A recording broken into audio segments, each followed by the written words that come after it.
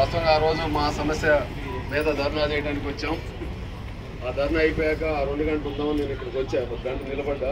వేరే పార్టీ నాయకులు సంఘాలు మాట్లాడుతూ ఉన్నారు.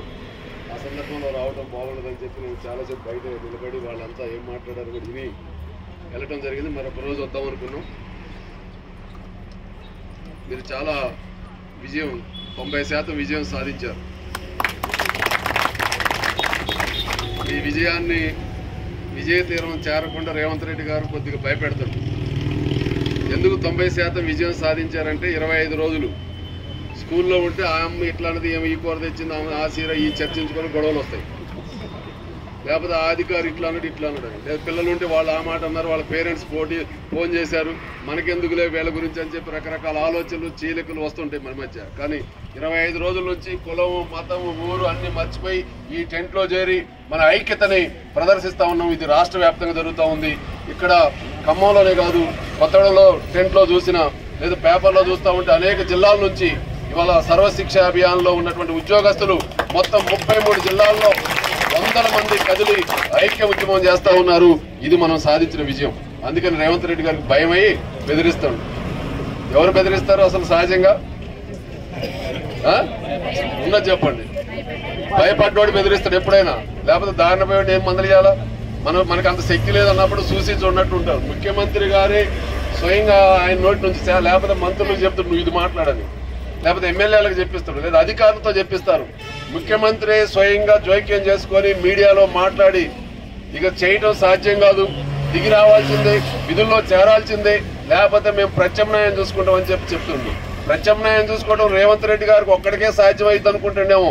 3 ఏళ్లు లేటు కావచ్చు, కానీ ప్రత్యామ్నాయం మనం కూడా ఎత్తుకోగలం. ఇది రాష్ట్ర ప్రజలు కూడా అనేది వాళ్ళకి అధికారం ఉన్నప్పుడు గుర్తుండదేమో, కానీ మనం గుర్తు చేయాలా. నువ్వే ప్రత్యామ్నాయం చూసుకుంటే మేము చూసుకోలేమా?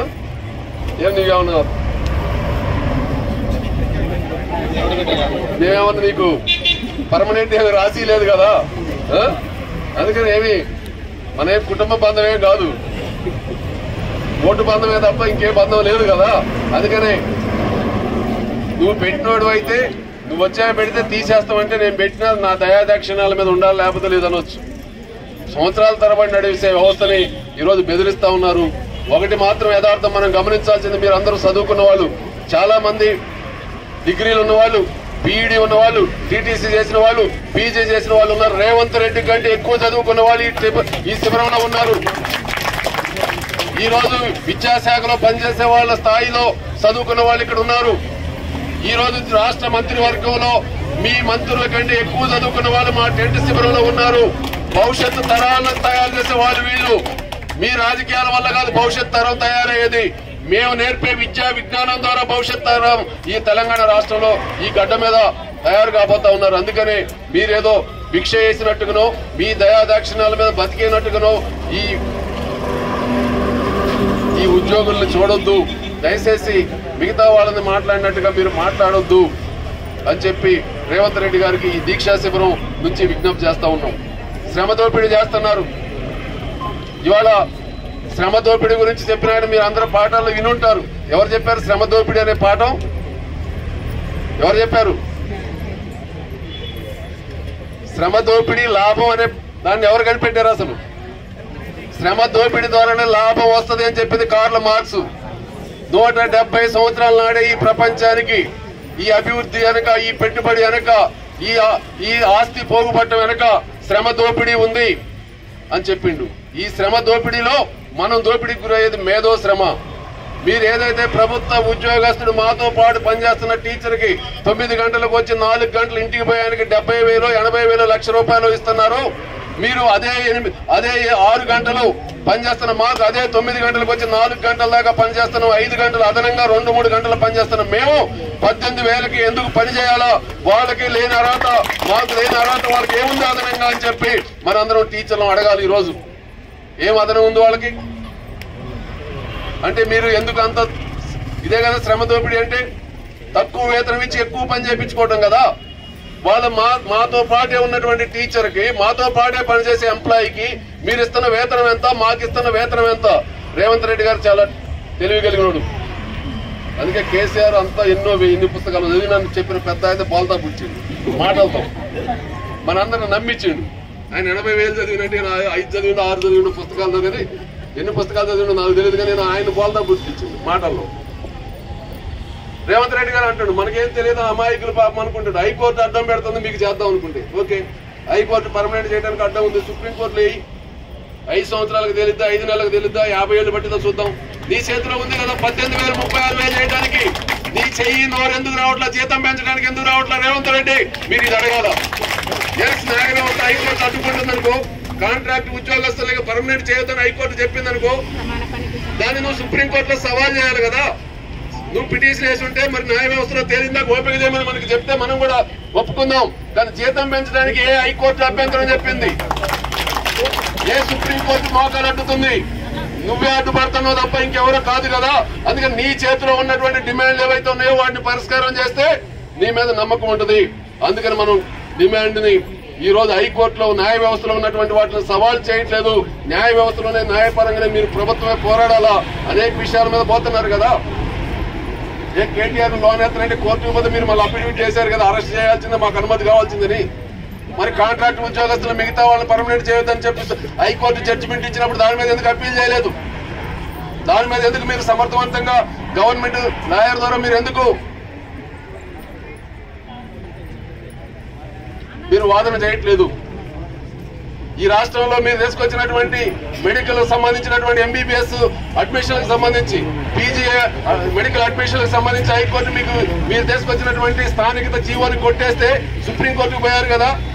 మరి అప్పుడు పోయినప్పుడు దీనికి ఎందుకు మేము మాట ఇచ్చాం, కొద్దిమందిని పర్మనెంట్ చేసాం, మేము వచ్చాక వీళ్ళని కూడా చేయాల్సిందే, మేము అమలు చేయాల్సిందే ఈ మాట అని చెప్పి సుప్రీంకోర్టులో ఎందుకు మీరు అప్పీల్ చేయట్లేదు అనేది కూడా మనం వాదన చేయాల్సినటువంటి అవసరం ఉంది. అంటే హైకోర్టు పేరు చెప్పి బాధ్యత నుంచి ఇచ్చిన మాట నుంచి పక్కకు పోయేదాని కోసం ఆలోచన చేస్తున్నారు.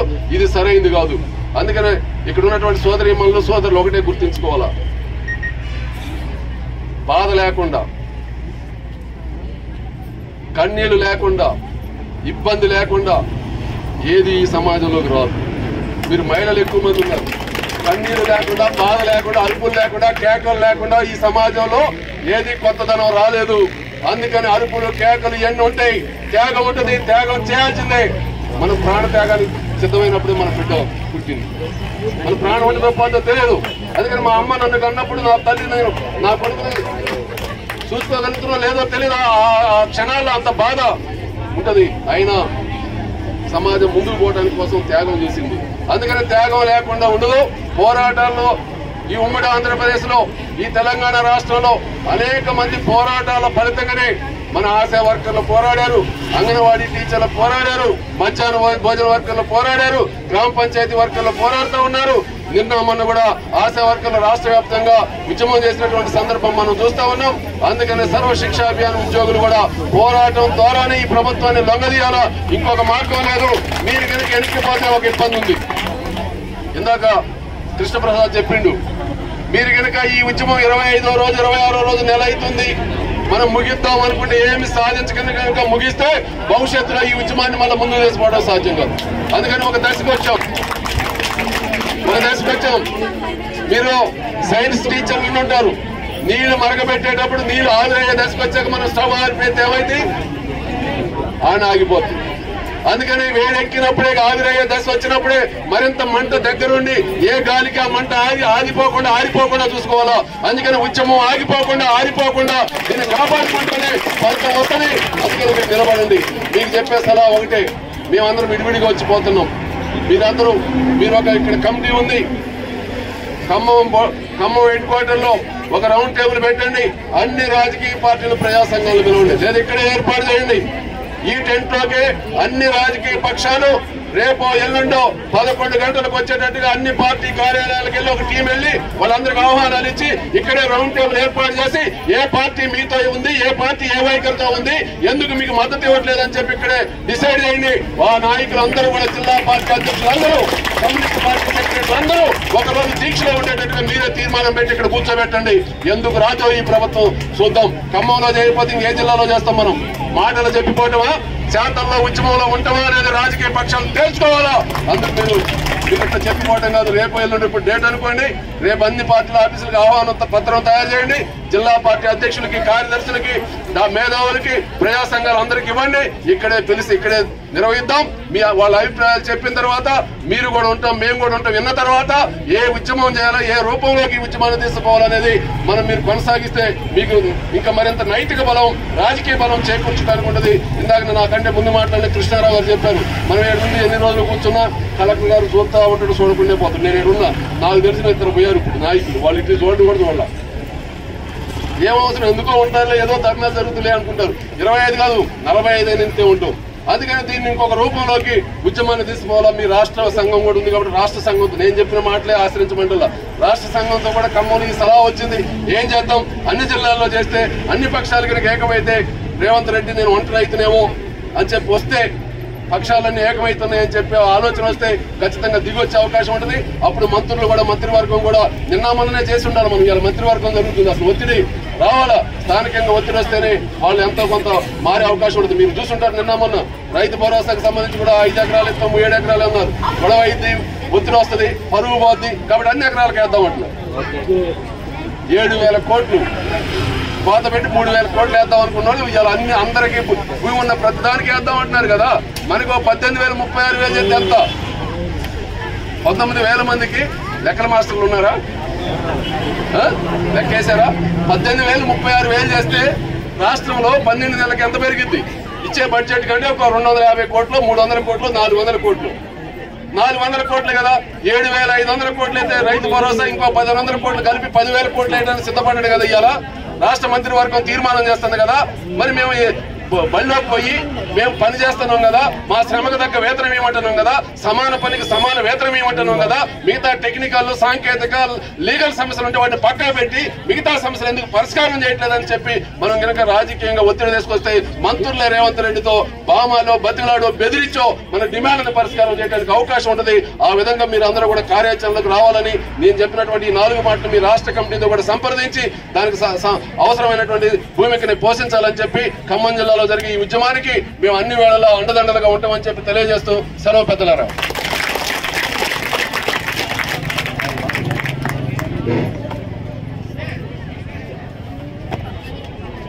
విన్నారు కదా సోదరులు, సోదరిమణులు.